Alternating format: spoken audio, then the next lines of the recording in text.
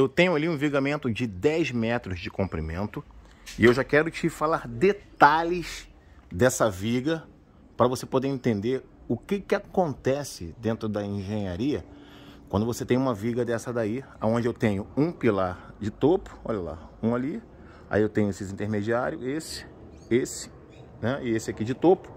Então eu tenho 4 pilares nessa parede de fora a fora. E essa viga é classificada como viga contínua. E eu quero falar com você por que ela é uma viga contínua, diferente de uma viga biapoiada. Você que está comigo fica sabendo de tudo. Vou te passar amanhã do jogo, como funciona, o que eu levei anos para aprender.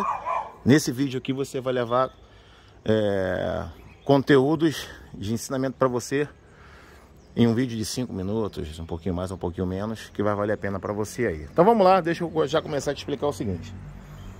Quando você tem um pilar numa ponta, outro na outra ponta e um pilar intermediário, ou seja, 3 pilares, essa viga deixa de ser uma viga biapoiada para ser uma viga contínua. Se eu tivesse, por exemplo, aqui 10 pilares de fora a fora, viga contínua. Se eu tivesse 20 pilares de fora a fora, essa viga seria também viga contínua. Se eu tivesse apenas um pilar numa ponta e o outro pilar na outra, viga biapoiada. Ali, lá no final, olha lá, eu tenho só um pilar ali no meio. Por causa daquele pilar, aquela viga ali, ela passou a ser chamada de viga contínua. Lá eu tenho viga contínua. Aqui também eu tenho viga contínua. Ou seja, tem o fundo das vigas, né? Que a gente vai montar essas armaduras ainda. E aí o camarada que entende um pouquinho sobre engenharia, quando você fala de viga contínua, quando o engenheiro fala para você, o mestre da obra fala para você que tem uma viga contínua, você já entendeu que é uma viga que tem pelo menos 3 pilares, tá certo? Mas aí o que muda? O que muda é o seguinte, por exemplo, aqui esse pilar intermediário e aquele pilar intermediário, para o caso dessa viga, vai gerar um momento negativo aqui em cima, tá vendo? Isso aqui é a seção negativa e aqui embaixo é a seção positiva. É importante você entender o que é a seção. Seção negativa, sempre em cima das vigas. Seção positiva, sempre embaixo das vigas.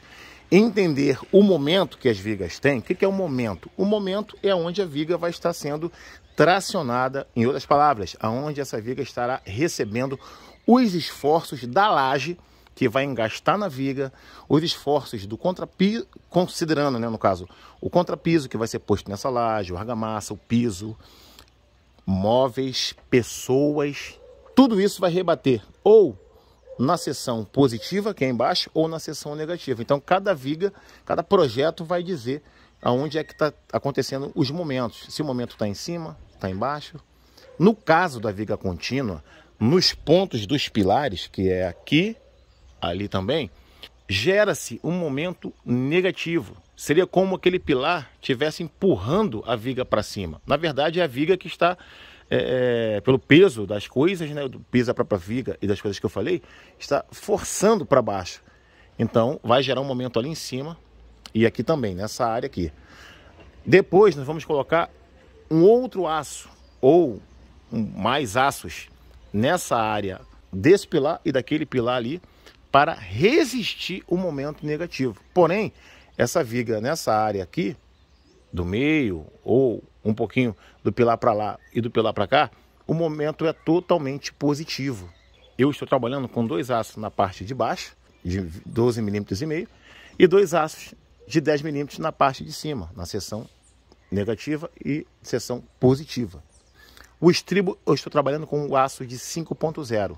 Uma outra dica interessante é que dos apoios para dentro da viga, até mais ou menos 1 metro, 1,20 m, dependendo do 1,50 m, a gente está trabalhando com o estribo a cada 10 centímetros e a partir daí a gente está trabalhando a cada 15 centímetros. Mas por que isso, HP? Próximo aos pilares é onde tem o esforço de cisalhamento. Então a gente diminui o estribo nessas áreas, aqui, tá vendo aqui, ó? Lá também no pilar de topo para dentro da viga a gente diminui, lá no outro pilar também a gente diminui o espaçamento do estribo, depois a gente sai de a cada 10 para a cada 15.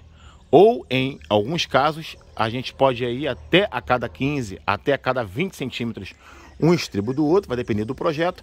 Porém, para você ter um espaçamento maior, você tem que aumentar a bitola do estribo. Mas no nosso caso aqui, eu estou trabalhando com aço de 5.0 E do pilar para dentro da viga até 1 metro, 1,20 m, mais ou menos, estou trabalhando a cada 10 centímetros e depois disso eu estou indo a cada 15. Agora, se essa viga fosse uma viga biapoiada, onde eu só tenho um pilar em uma ponta e o outro pilar na outra ponta, aí o momento ia ser totalmente positivo, mas também com uma possibilidade de ter momento negativo na cabeça lá do pilar, da extremidade de um lado e do outro lado, tá certo? Mas, no geralzão, fica no que eu falei para vocês aqui. Tá certo? É importante vocês entenderem o seguinte também. O arame que a gente utiliza para fazer a amarração de um transpasse no outro, ou do estribo, né? Como vocês estão vendo ali, o arame não tem função estrutural. Só tem a função mesmo de você prender o estribo no seu lugar. Para a gente fechar esse vídeo, se liga nessa dica.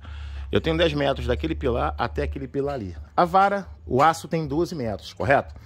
Então, o que a gente fez aqui? Para a gente não precisar cortar o aço com uma precisão lá daquela ponta e fazer a virada de ancoragem, que a virada de ancoragem é aquela ponta lá, a virada de ancoragem também lá na outra ponta, a gente não cortar esses 4 aços certinho, e aí demanda você ter, entendeu, uma habilidade para ter uma mega precisão.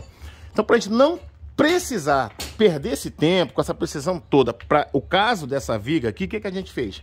A gente pegou o aço e medimos da ponta daquele pilar, deixando o transpasse nesse pilar aqui, para cá. E a gente tem como trabalhar a viga para lá e para cá e ajustar ela lá na cabeça com relação à viga que vai nascer ali, em cima daquele fundo da ponta. A mesma coisa ali, a gente pegou o aço daquele pilar e transpassou para esse pilar aqui, né? Transpassando o aço da viga daquele lado de lá, que na verdade é uma viga só, mas você tem como agora ajustar aquilo ali, ó, para lá e para cá, para deixar alinhadinho aquela ponta lá com relação à viga que vai vir lá também do fundo. Isso tudo é válido, beleza? A gente tem pelo menos 60 centímetros do eixo de transpasse para cá e de transpasse para lá, beleza?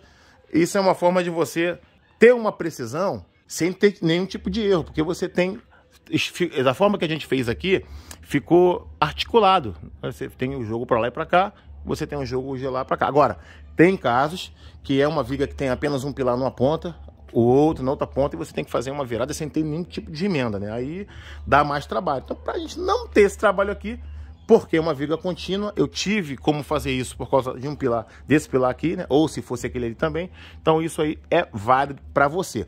A mesma coisa se você tiver sobra de aço na tua obra e você quiser fazer a emenda do ferro dali, daquele pilar, para esse, desse para esse e desse para esse, para você não desperdiçar aço. Caso você tenha alguma sobra, não teria nenhum problema você fazer também dessa forma, se você tiver aços correspondentes para você encaixar esse determinado aço que você tem aí na tua obra, que de repente sobrou daqui ou dali, você utilizar sempre em cima de um pilar do outro, sem deixar nenhum tipo de emenda fora dos pilares, quando você tem as vigas com um momento positivo, dependendo na seção negativa ali, você pode ter uma emendazinha sem nenhum problema, tá? Importante você ter um projeto, você ter noção de engenharia para esse tipo de situação quando você não tem um projeto. Essa viga, ela vai ficar no concreto 15 de largura por 50 de altura e vai ser uma laje engastada nessa viga.